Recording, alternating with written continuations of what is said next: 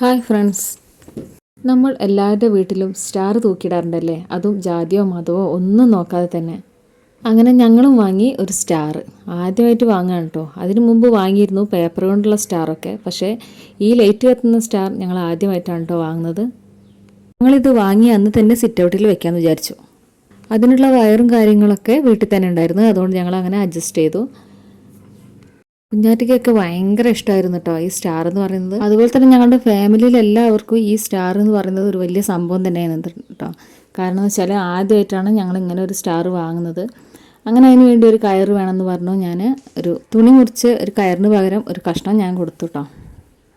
അങ്ങനെ അത് ഒരുപാട് കഷ്ടപ്പെട്ട് രാജേട്ടൻ ഇതാ സ്റ്റാറൊക്കെ തൂക്കാനുള്ള ഒരു തിരക്കിലായിരുന്നു. ഈ കഷ്ടപ്പാടിൻ്റെ ഒടുവിലൊക്കെ സാഡ് മൂമെൻ്റ് ആണെന്നുള്ള കാര്യം അറിയില്ലല്ലോ.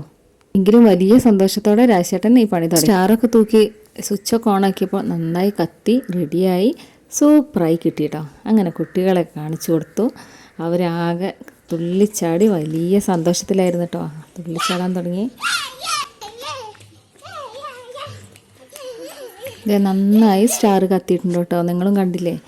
പക്ഷേ അന്ന് വൈകുന്നേരത്തെ അവസ്ഥ പ്രതീക്ഷിക്കാത്ത ഒരു സാഡ് മൊമെൻ്റ് ആയിരുന്നു കേട്ടോ. അന്ന് വൈകുന്നേരത്തെ ആ ഒരു അവസ്ഥ. കാരണം എന്ന് വെച്ചാൽ എല്ലാം റെഡിയായി സ്റ്റാർ സ്വിച്ച് ഓൺ ചെയ്ത് നോക്കിയപ്പോൾ സ്റ്റാർ കത്തി. പക്ഷെ പെട്ടെന്ന് തന്നെ അതിൻ്റെ അകത്തുനിന്ന് ഒരു പുകയും പൊട്ടിത്തെറിയും. സ്റ്റാർ ആകെ കേടുവന്നു.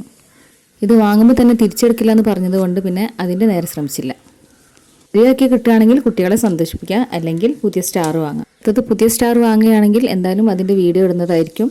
വീഡിയോ ഇഷ്ടമായാലും എന്തായാലും ലൈക്ക് ചെയ്യുക, അതുപോലെ സബ്സ്ക്രൈബ് ചെയ്തൊന്ന് സപ്പോർട്ട് ചെയ്യാം.